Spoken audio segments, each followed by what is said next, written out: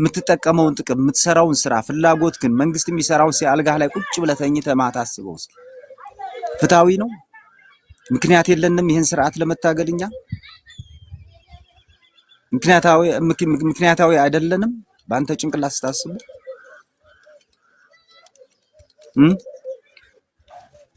ምክንያታዊ እኮ ነው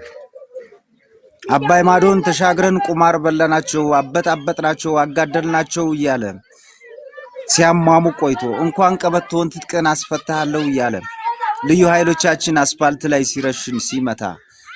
ወንድ ልጅ ትጥቁን ፈቶ ከተማ ላይ ባዶ ሲሩን ሲያዞሩት ይሄ ለትግል ያነሳሳል እንዳማራ እኛን የሚጎዳ እኛ ማናውቀው ህገ መንግስት በላያችን ላይ 40 አመት ሙሉ ተጭሎ እንዲሻሻል ጥያቄ ማቅረብ መብት የለም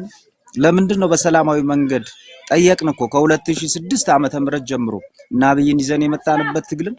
አሁንም እነዚህ ኦሮሞዎች ከመጡ በኋላ ለምንድን ነው ተጫኝ የምትሆኑት ለምንድን ነው አማራ በመሆንህ ብቻ ዛሬ ብልጽግና ብትሆን ዛሬ ሚኒሻ ብትሆን ዛሬ መከላከያ ብትሆን ዛሬ አድማ በትን ሆነህ የሱን እድሜ ለማራዘብ ብትሰራለት አማራ ስለሆንክ ብቻ ጧት ቀን ሲጥልህ እንደወባና እንደ ኤችአይቪ ተነስቶ ያጠፋዋል ይበለዋል አም ሹር ምክንያቱም ጠባቸው ከአማራነት ከስነ ልቦና ከባህል ከወግ ከሃይማኖት ጋር ነው ካለም አቀፉ የሴራ ኃይል ጋር የተባበረ የኦህዴድ ክንድ ነው ያለ እስኪ አንብቡ መጽሐፍ ልጋብዛችሁ ሳጥናኤል ጎል በኢትዮጵያ መራሪስ በአማን የጻፉትን መጽሐፎች ሌሎችም መጽሐፎች እስኪ አንብቧቸው እስኪ ንብረድ ኤርሚያስ ከበደ የጻፉትን መጽሐፍ አንብቡ የሚሰራውን ስራ መሬት ላይ ያለውን አንብቡ በእውቀት ጭንቅላታችሁን ሙሉት ሁለት ቀን ተሰብስባችሁ 10 ቀን አበል ስለምትበሉ ብቻ ብልጽግናን እየደገፋችሁ በዚህ ህዝብ ላይ ቁማር የምትጫወቱ ሆዳሞች ነገ እናንተ ጣፈንታ ነው ዛሬ ጉቦ በልተህ አጭበርብረህ በመንግስት ጉኛ ተጣብቀ የህዝብ ደም የምትመጥ